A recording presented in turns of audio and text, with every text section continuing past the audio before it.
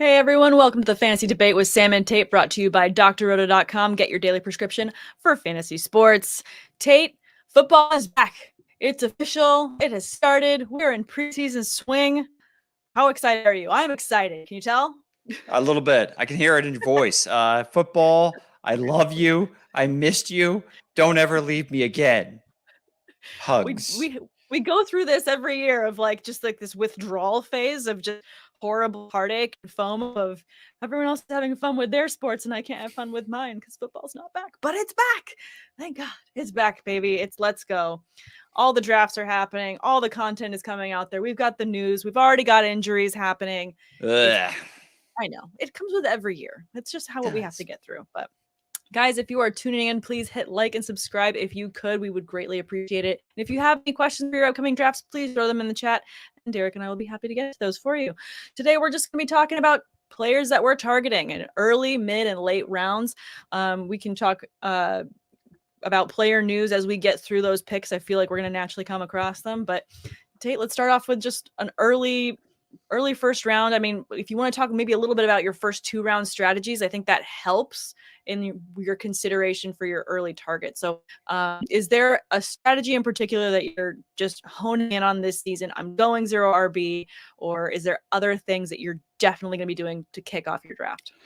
So, strategies that I continue to kind of find myself implementing, going elite wide receiver early. And Okay. by elite, I kind of have it 4 receivers that I believe that are truly elite this year. And this is just my take, so feel free to throw stuff at me in the comments or yell at me, scream at me, tell me I'm stupid. I get it. I am. But this This is is our show. my These are our takes. So go for it, please. I know it's the debate. You're supposed to tell me I'm stupid too, Sam. I mean, you're supposed to be with the masses and most of the people are part of the Sam army. I get it. But this is where I keep kind of finding myself, right? I love myself some Cooper Kupp, Justin Jefferson, Jamar Chase, and personally, I'm still a believer in Devontae Adams as an elite receiver until further notice. And maybe even the 5th wide receiver I kind of want to throw in there is Stephon Diggs. I think Diggs and the Buffalo Bills offense, I know you're high on the Bills. I think they're going to do some big things, but the guy that I really would love to come away with in the first, round or even 15 picks, late second, if you're playing with some guys that, I mean, maybe you're a little amateur, Justin Jefferson. I personally think that the change of head coach with Mike Zimmer out and that McVay Christmas coaching tree, Sam, just continues to send presents across the country. And we've got an offensive-minded head coach now in Minnesota. And if you go back to Justin Jefferson back at LSU, he predominantly played out of the slot. And we just didn't see a whole ton of 3 receiver sets from the Minnesota Vikings. And that means that Justin Jefferson's been spending a lot of time and succeeding and excelling out on the edge. But you bring in the Rams kind of offensive principles and that kind of framework. I don't see why Justin Jefferson can't have a Cooper Kupp type of season. I know Cooper Kupp was all-time great, like literally winning the Triple Crown in every category as far as receiving stats go. But that's the type of ceiling that I see for Justin Jefferson in 2022. Go ahead and tell me I'm crazy, but of this elite group, I honestly believe that Justin Jefferson has a real chance at finishing the season as the wide receiver 1. I definitely think he has a chance. I think I'm more excited about grabbing someone like Jamar Chase off the board. I feel like he is also someone where the volume is going to be king. It's going to just not stop the rest of the season. I feel like there might be some games where game script just flips and it's not in Jefferson's favor with the Vikings. And so there's only a couple things that make me nervous about him, but we're nitpicking top players. So these are really just the tiniest of nitpicks. I still love Justin Jefferson. If I'm drafting towards the end of the first round and he is right there and available for me, I will happily grab him. For me, in most drafts where I'm taking players right now, I love my early picks and I love if I'm in the first 4 to go running back immediately. But if I am later, I prefer a later pick. I'm with you on leaving that first round with an elite wide receiver. I do like Jefferson. Like I said, I have Chase just slightly above him. but Okay. I feel like there's a lot of great value in those first rounds for receivers. Even if you didn't grab one in the first round, the second round receivers right there, I think, are just as good and just as talented. One in particular, I think, is just going to have a crazy amount of volume this year is CeeDee Lamb. And I think that he is someone that's going to win a lot of people, a lot of leagues this year, because Dak Prescott's going to have himself a big season. He's healthy. And I feel like with all the receivers they have injured right now, CeeDee Lamb is going to have to show up, and he's got the athleticism to do so. I'm excited to have him in as many leagues as I can. What's weird about this entire Dallas Cowboys team is it feels like they've gotten kind of worse, right? Like, they're a year older along the offensive line unit. They lost La'el Collins to the Cincinnati Bengals. You look that they traded away Amari Cooper to the Cleveland Browns.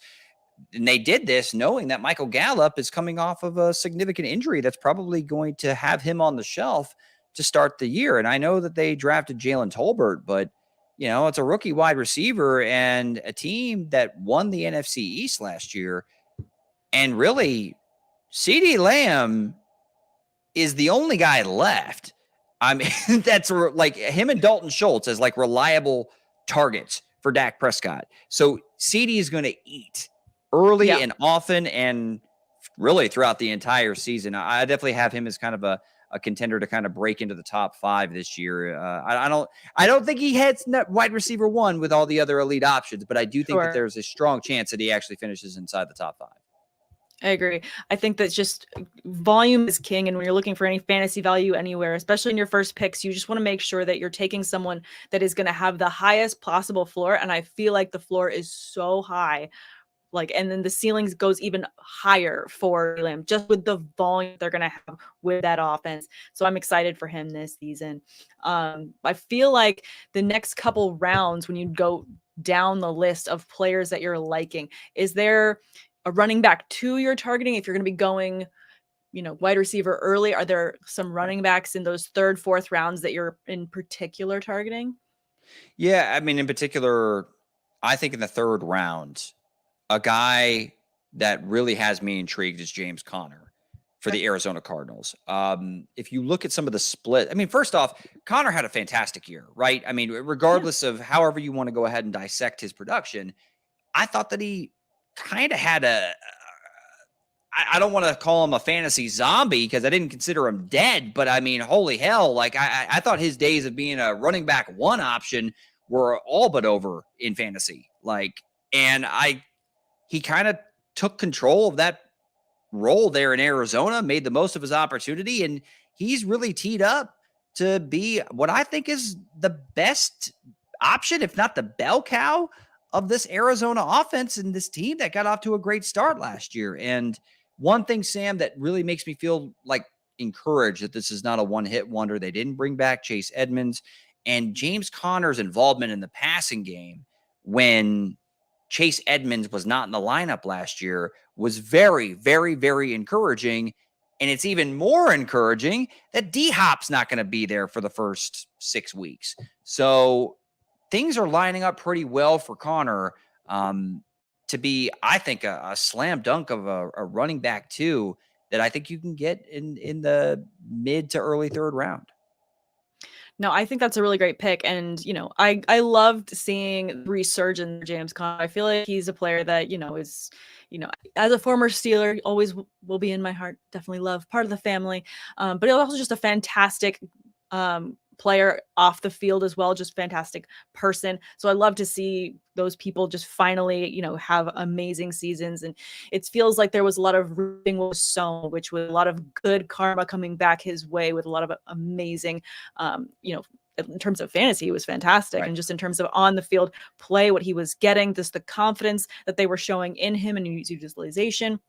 Especially like you said in the passing game, I feel like when you can get a running back like him in those later rounds, that's fantastic PR value that you're getting right there with a good floor, with an offense that is going to be very high powered.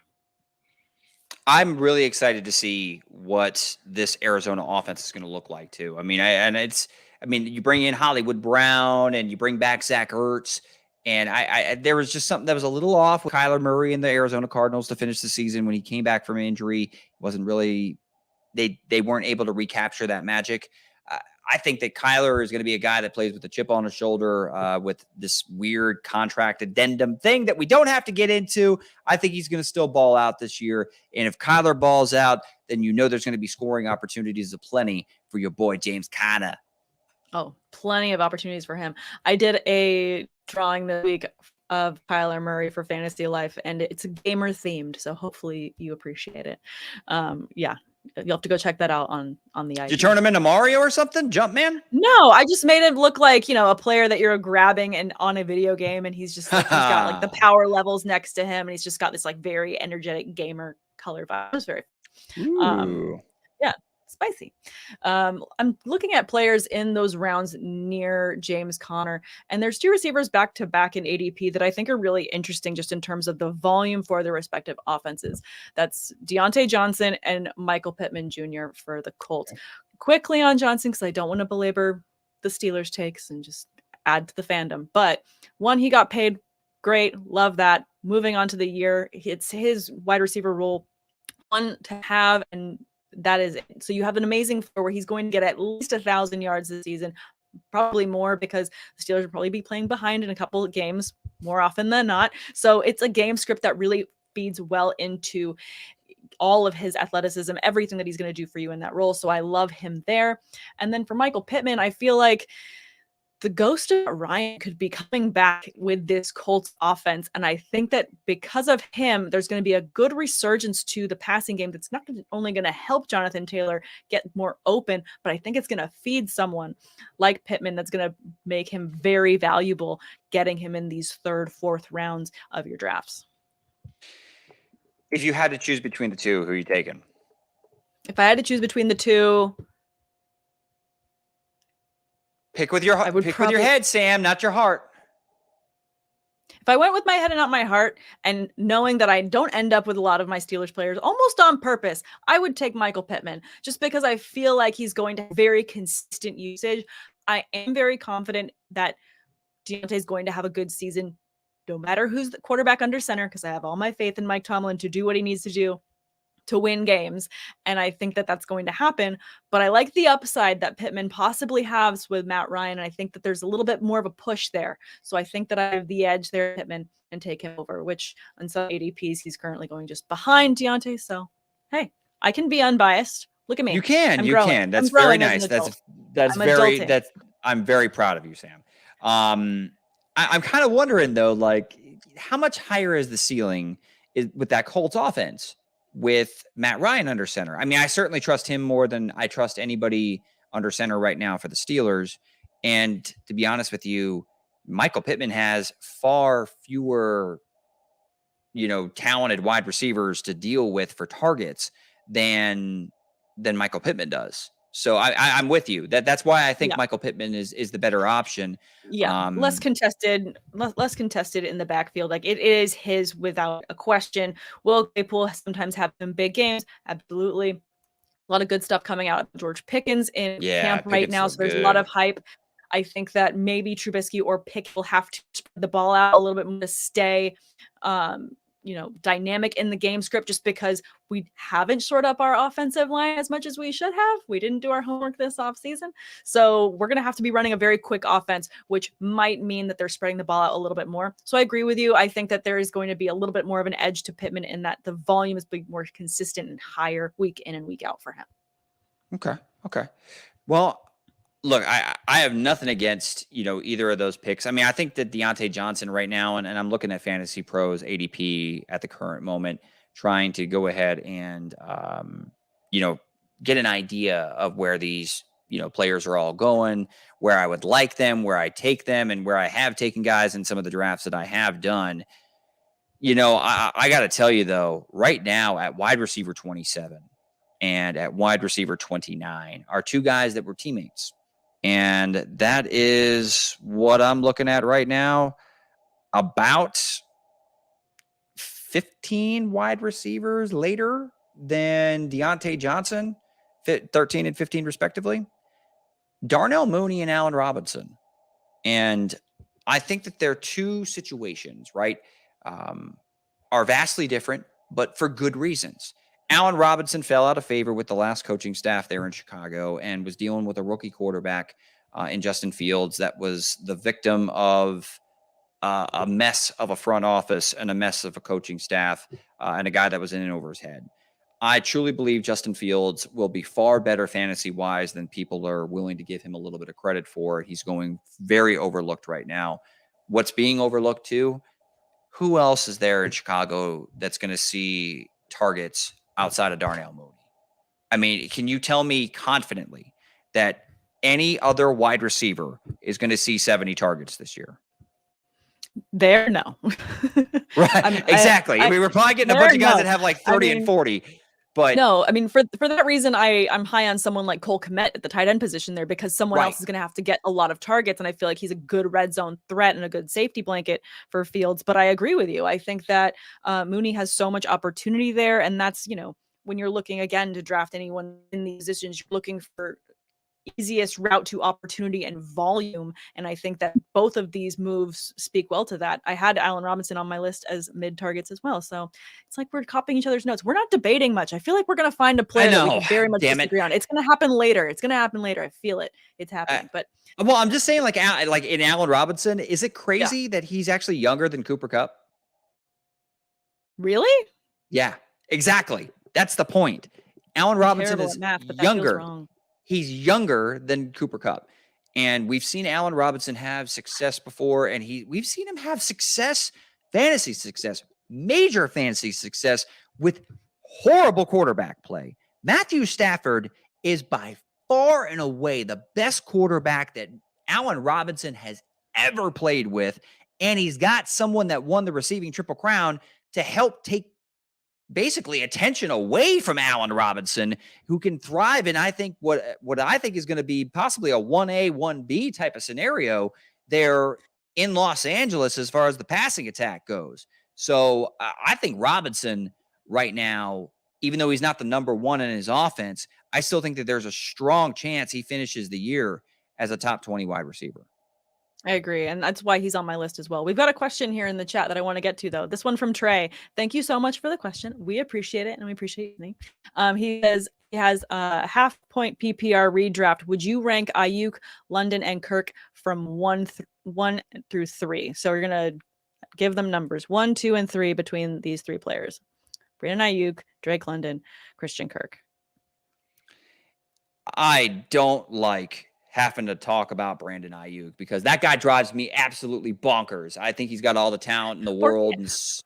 And certainly Trey Lance, seen him throw a couple dimes, couple deep balls, little training camp hype rolling there in San Francisco. I mean, of these guys, the ceiling that I see the highest is Ayuk. I think Kirk comes in second for me just because I do think that Trevor Lawrence takes a nice step in year 2. And London, even though I think he'll probably lead his team in targets or be right there with Kyle Pitts, I just don't know what the hell to expect from what's going to be under center between Marcus Mariota or Desmond Ridder or whoever. So London, just because as much as I want to feel confident in his floor, I don't know what that's going to look like and what the passing opportunities, how quality they're going to be for him this year.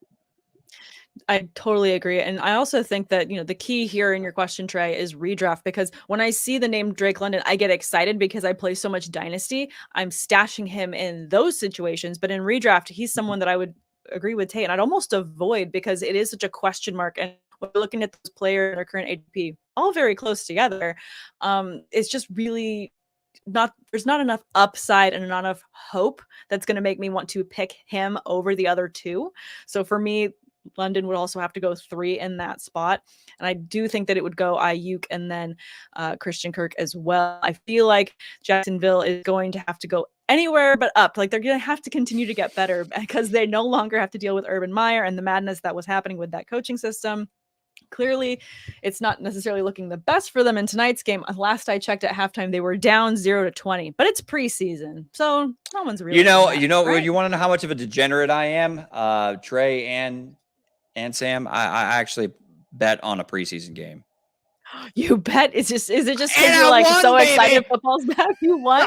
Did you bet that they would be scoreless by half? I bet that the Raiders would score more than 15 points in the first half. Um, Love that. just I love it for you. it worked. It worked, and I also took them for the spread for I think what 2.5 points. I am such a degenerate. Who knows? Are the Jags coming back? Because if they are, I'm going to be really pissed off. You're going to see my 20 to mood 3 in instantly the change. third, so you're okay. 20 to 3. I'm all right right now. All right, good. But, All right. right, I'm glad we could get that question for you. If you have any others, please throw them our way. That was a good one. I like those kind of tight ADP questions because we are going back and forth between redraft and dynasty. I feel like the preseason is where you can get very easily wooed by these rookie receivers or rookie players because you're like, oh, they're going to be the new one. It's like, okay. But in redraft, you need to go with having a floor of knowing what you're getting every week. And I want to make sure I know that.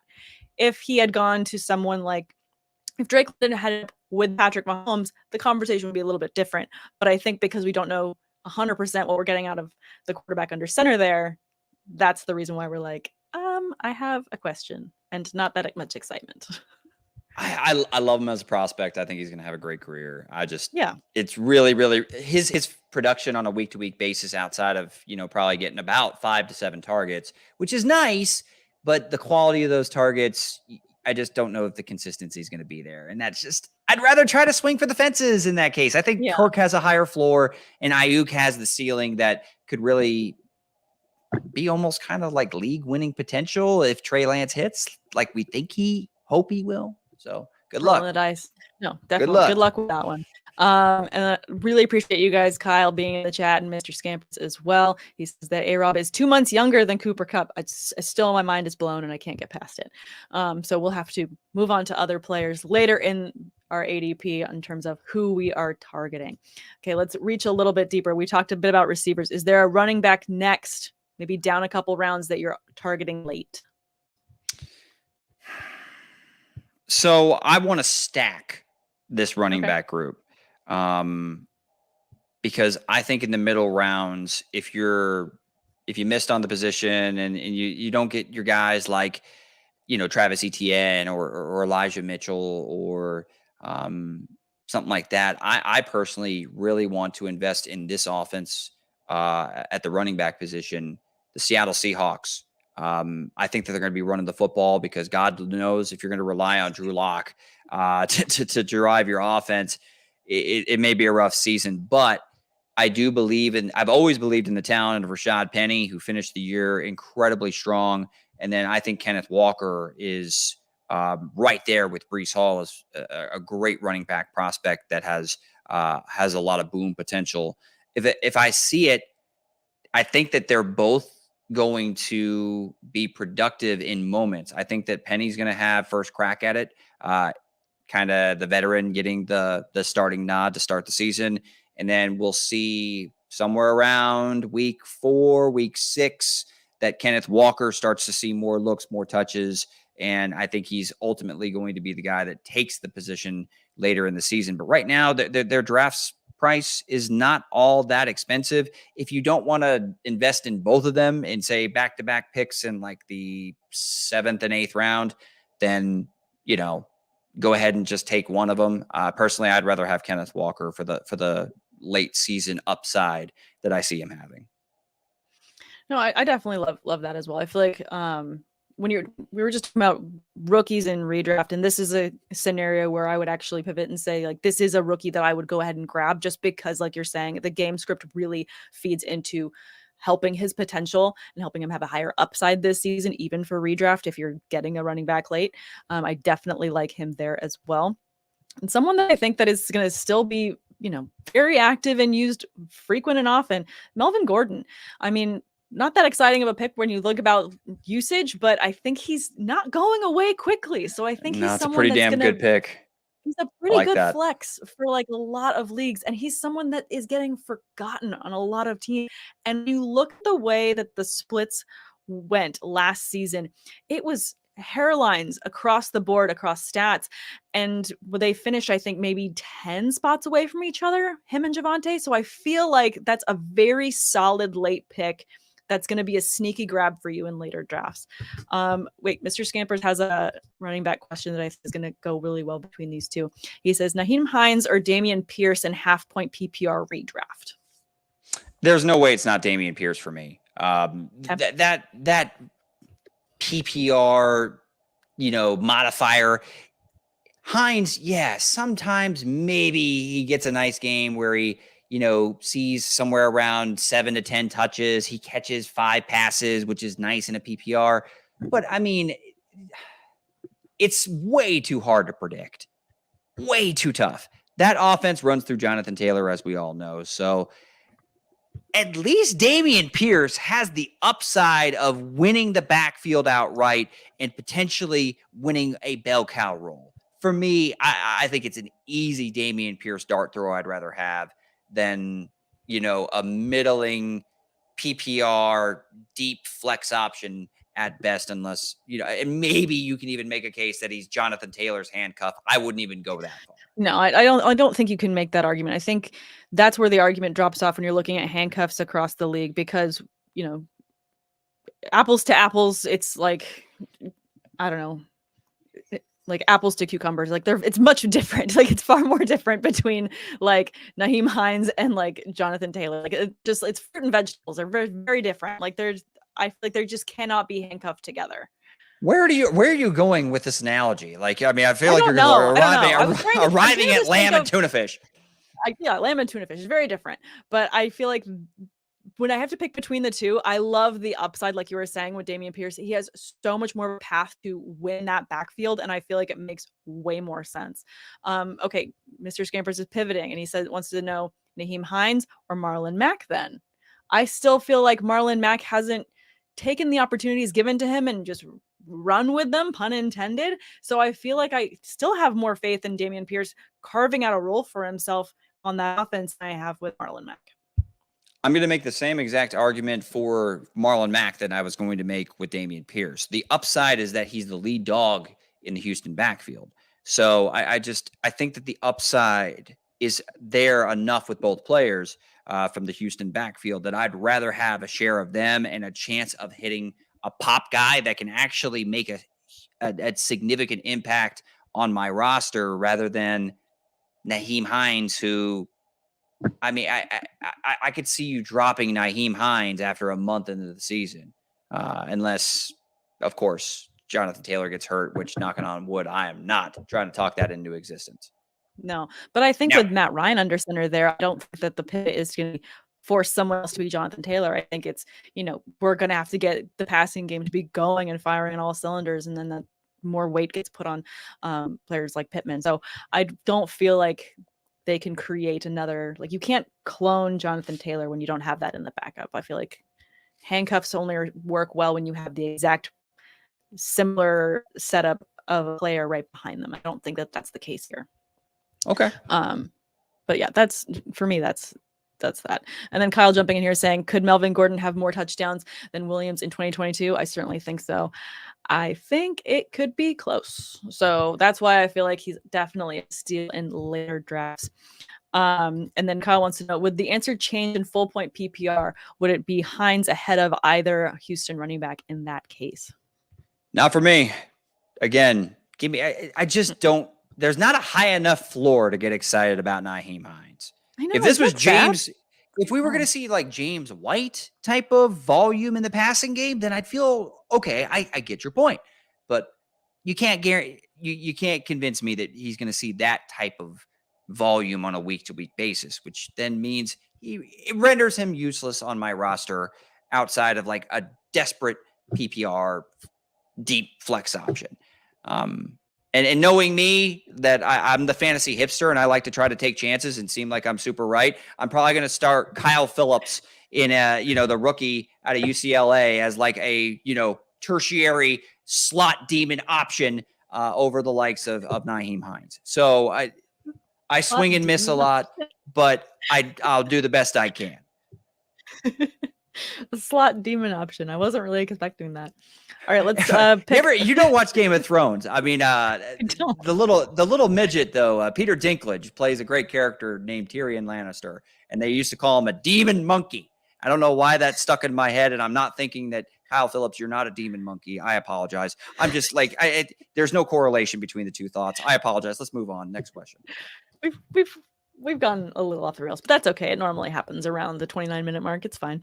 Kyle's saying his only hesitation is with the Texas O-line. Not sure if those backs have much upside. I mean, I think that with the Texans are in a rebuild, and they're in a heavy rebuild, and so we're going to be seeing stuff for the next couple of years that is just trying to put stuff together and making it work. And last year, I felt like they did decently for getting fantasy points on the board for having what felt like a wasteland of an offense that you were completely avoiding. I feel there like was no shot in hell that David Culley should have been fired. Like, to me, like the head coach should not have been fired. I thought he did a great job getting that team to actually fight and compete. And I thought Davis Mills filled, newsflash, Davis Mills in a 2-quarterback league should be rostered 100%. Do not overlook him. I thought he played really damn well to finish the year last season. I still think he's going to be a sneaky quarterback 2 option, has a chance to finish inside the top 20 at the position. Say what you want. If you think that's crazy, I don't give a shit. Davis Mills played really good football to finish the year last year. Rant over. Rant. I agree with your rant. I mirror that rant. I feel like he's a forgotten player that, again, could finish the season much higher than we think. And I know, the O-line is a little bit scary now, but I think, similar to the Steelers and what they're dealing with, what that means is volume, because they're going to be playing from behind because they have to have a really quick offense. And I think that's just going to benefit those players in having to learn quickly on the job. And so I'm excited to see what this offense is going to do and put together. Is there a last player you want to talk about before we wrap this up, Tate? Anyone scrolling ADP that you just love super late? Maybe there's you mean outside of Kyle Phillips? That was deep. That felt like a deep dig. It was buried. I mean, there's a handful of rookie running back lottery tickets that I mean, personally, I'm willing to throw a couple darts at. I'd be interested to see if Isaiah Spiller will be able to win the number 2 role behind Austin Eckler. They're really looking to get some sort of complement to Eckler. And I think whoever that number 2 option is probably going to see north of 120 carries. Given that I think that they really want to save Eckler and not have him be the lead dog. But I don't want to say that from a fantasy perspective because I know he's a fantasy darling, but Isaiah Spiller certainly intrigues me. Also, so does the likes of Rachaad White. Now, I want to preface this by saying that I think it's going to take White a little bit of time to earn Tom Brady's trust. But, Leonard Fournette came in to camp a little heavier than we had hoped here in the Tampa Bay area. I think that Rachaad White's skill set complements that of Leonard Fournette very well. He's more of a slasher, very slippery out in space. He's certainly a plus in the passing game. It's just really pass protection that kind of worries me about Rachaad White getting on the field early on. But those 2 running backs definitely jump out to me. I think. But what are your thoughts on those guys before I keep rattling off like last round guys that I want to keep getting on my roster? Those are both really good late round picks. I mean, I think when you're looking at the running game or the receiving game on any given team and you just see a clear path to opportunity, I think that's where there's value. And I feel like that is definitely a path that I like for those players. And very similarly, I was just going to pull up the ones that I feel like I'm very excited about. When you look at the receiving core for the Packers, I feel like there's a very clear and vacant void that needs to be filled. And I think we all know where that's going, but I'm excited to see who could probably walk into that role and maybe start to garner a lot of those targets, because Alan Lazard, Randall Cobb, they were there last year, Amari Rodgers, but those weren't players that really took any opportunity that was given. Did they catch a couple passes? Sure. But did any of them really turn out to be the true wide receiver 2? We've been looking for this true wide receiver 2 for years. Well, now we need a wide receiver 1. So there's even more opportunity for these players to jump up. There's been a lot of good talk about Romeo Doubs in training camp, and there's a lot of hype around him. Even Rodgers is talking about him, and he's very excited about him. I think you watch Aaron Rodgers in training camp and you pay attention to what he's talking about, because as soon as he finds a new best bud, that's going to be the guy, because we know how picky Aaron Rodgers is with his receivers. So I think that's a training camp that I'm definitely paying a lot of attention to. Definitely love him. Christian Watson as well. He's dinged up, but we want to get excited about these new rookies coming in because previous veterans haven't taken the leap forward that they've needed to. So why not these rookies? I think they're really late round picks that you can grab, and there's really good value in those late round picks. That's what you're hoping for in these late targets too, is just high upside for you want to break out. Why not break out with a player that has someone like Aaron Rodgers throwing them the ball? Like, that's exciting to me. Same argument can be made for someone like Sky Moore. I think that Sky Moore is someone that has an opportunity to win a healthy share of the voided targets left behind in Tyreek Hill's, beeline to South Beach. So I think that Sky Moore is someone that I'm interested in. Another receiver, Devontae Parker. Whenever Parker been able to stay healthy, and certainly see a starter's volume as far as targets goes, I think he's been able to produce. He was able to produce last year with Tua Tagovailoa under center and Jalen Waddle seeing a plethora of targets. So him now kind of leading the way in that, less than spectacular receiver room for the New England Patriots. I think that he could be Mac Jones's number one option. And then, tight ends. Isn't everybody a top 12 tight end? Can't you make a case for like everybody? Yes. Which is why after the first 3 go, I'm not running to go in and fill that spot on my roster because there's so much possibilities with the rest of the tight end. I would much rather pad other positions on my team than jump into a middle round tight end battle. Like, there's plenty of value out there later for tight end spots. Well, I mean, but like if you have like one or two, I mean, I really like Cole Kmet and Brevin Jordan, like for the Houston Texans. I know we were just talking about the Texans a little bit. I think that Brevin Jordan is somebody that has a lot of like physical tools, and the upside is certainly there, and an offense that really doesn't have a ton of like established weapons on the outside that are going to demand huge target shares. So I could see him being a threat in the red zone, in a Texans offense that you can pretty much get at a bargain basement price on draft day. I mean, I definitely love that. Give me any bargain priced item. That's perfect for me. I think other late round tight ends that I also love. I mean, I'm definitely all on board with the Bills this year. I feel like I'm going to be talking about them a lot, but Dawson Knox is someone that I definitely, tight end 10 off the board. I'm not mad about. Gesicki, I love there. Pat Freiermuth, I love late. Like we talked about earlier, I love Cole Kmet. I feel like there is so much opportunity for targets for him. So I would also like almost leapfrog those others and go to Cole Kmet just because he's got so much opportunity there. Mr. Scamper's saying that's like the dream stack is Davis Mills and Brevin. Yeah, you know it, baby. I love it. Did you know I was a Texans fan? I'm not actually. They win 5 games this year, maybe. But and get you a lot of fantasy points because they're playing from behind. Yay! We like the upside. That's all that matters. And Albert O as well for the Broncos, also a player that I feel like has a lot of potential for having fantasy success in that offense. It's going to be resurged by Russell Wilson. Yeah, I mean, and condolences to Tim Patrick, who tore his ACL earlier this week.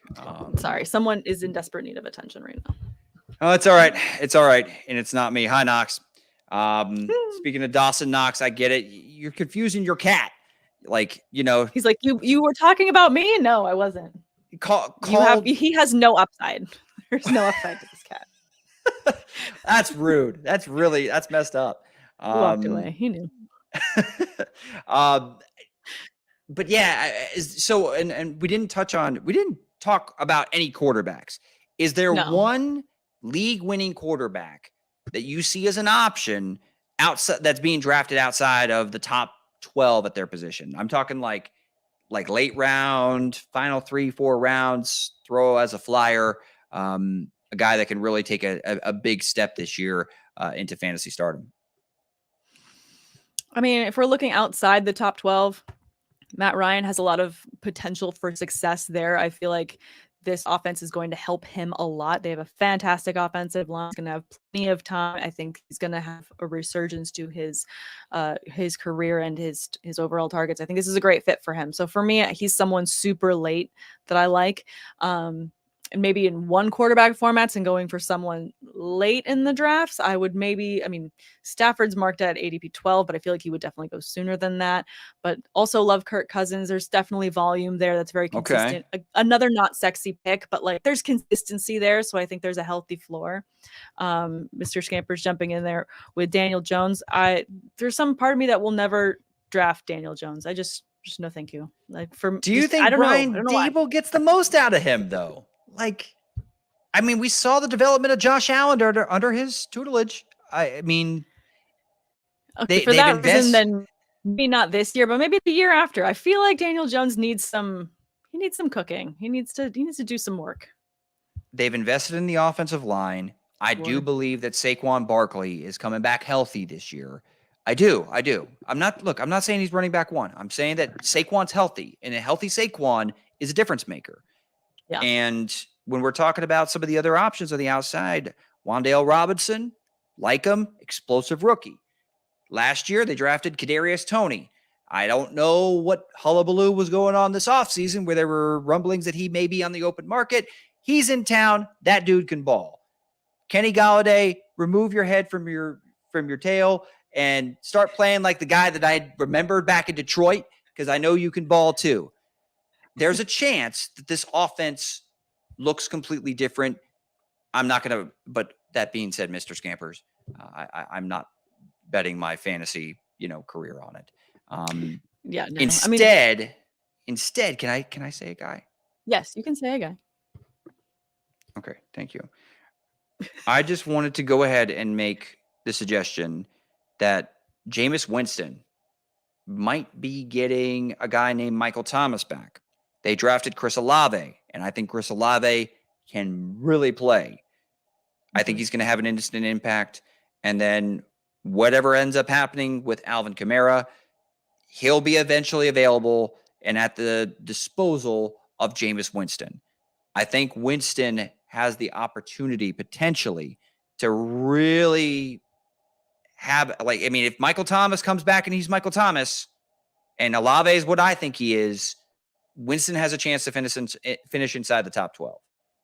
And to that point, something that you brought to my attention feels like forever ago, but it wasn't that long ago, was, we also haven't seen a full year of a healthy Jameis Winston post LASIK eye surgery. So this is going to be a fantastic opportunity to have a healthy Jameis Winston who can see what he's doing and have some very talented receivers at his disposal. So I agree with you.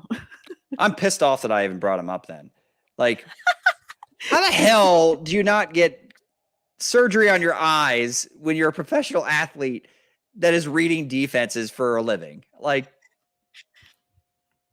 hey, I don't know. The hell was I thinking? I scrapped my pick. Even if he does well, I'm pissed off, and I no longer want to have him as my breakout candidate. I'll go with Zach Wilson instead, and whatever shenanigans he's pulling with, I don't know, brunches he attends with his mom.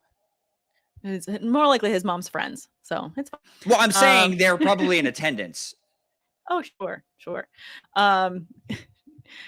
Oh my gosh, Kyle. Kyle saying, I thought that Winston needed a new brain and not new eyes. Oh my goodness. Well, maybe he has a couple things still working. Never know. Will Jenkins jumping in here. Love you, Will Jenkins. You're the best. Drew Lock, maybe just because of the weapons there. I mean, he has upside just because he has DK Calf right there, but I feel like there's such a drop off in potential for someone like Lockett, and it's just I just wrote or did a video. I've done too many projects lately to remember if I've written it down or if I've actually done a podcast on it. But I'm so out on the Seahawks receiving core because of Drew Lock. And to its point earlier, I'm so much more excited about the run game there and the potential volume that's going to have. I just don't want to risk it. And if I'm not going to risk it with the receivers, I'm not going to risk it with Drew Lock under center. Well, I don't even know if Drew Lock's going to beat out Geno Smith. And I love you, Will, and I'm certainly all about his draft stock because he's undrafted pretty much. So, I mean, like, I no, I'm not taking shots. I'm just, I'm pointing out the obvious that, no one is really expecting Drew Lock, which means he is a sleeper.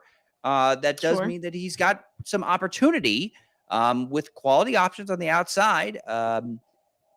But yeah, I don't see the guy. He wasn't able to get it done with Cortland Sutton and Jerry Jeudy and Noah Fant and Melvin Gordon. Like, I mean, he had plenty of weapons in Denver. Like, it just maybe a fresh start helps him for a little bit. The leash is also going to be so short on him that if he does win the starting job and he stinks up the joint for 2 weeks, are they really going to give him the rope to like continue to play that way, or are they going to go ahead and yank him off the field? There's other guys that I'd rather have. I agree. And at his ADP on Fantasy Pros, at least, of quarterback 35, and saying that Geno Smith is quarterback 38. The stack. There's a stack you can get. If you punt the quarterback position, draft Geno Smith and Drew Lock in back-to-back of the final round of your fantasy draft. I think that's the way to go. Let's end this with this question from Mr. Scampers, because it'll tie into the bet that you brought up for the game that is still currently going on, our first preseason game. We are so happy football is back. Let's get to this one. He wants to know over-under for this game was 30.5. The score is 30 currently. I did not bet the final on the over-under, but I don't know what it is. Did the game end? I haven't checked yet. I'm not recording near my TV. No, I'm just going to pull up the score. It's 27-3 in the fourth. So, I mean, I'm going to win my spread unless like a straight disaster happens. So, Mr. Scampers, man, I'm hoping that the Raiders kick another field goal or something like that if you have the over. So, and always bet the over. Life's too short to bet the under. I agree. 8 minutes left in it. Bet the over. It'll be fine. Definitely. I love it so much.